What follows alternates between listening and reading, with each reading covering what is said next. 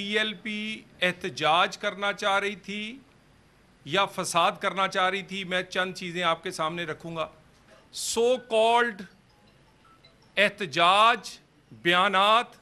اور اس پر مذہبی یا سیاسی رنگ بازی نہیں چاہیے.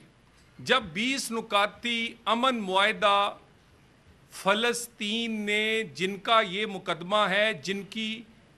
یہ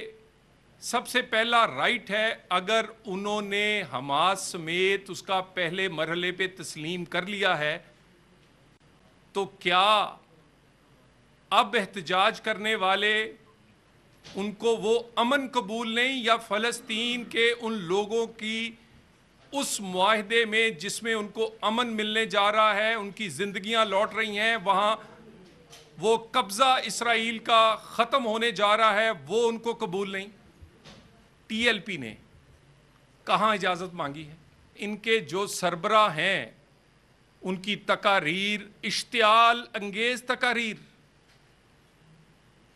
گالی گلوچ، یعنی اگر سنت نبوی آپ کی داڑھی آپ نے رکھی ہو، آپ لبیک یا رسول اللہ کا نعرہ لگائیں اور منہ سے غلاظت، نعوذ باللہ، اشتعال انگیزی،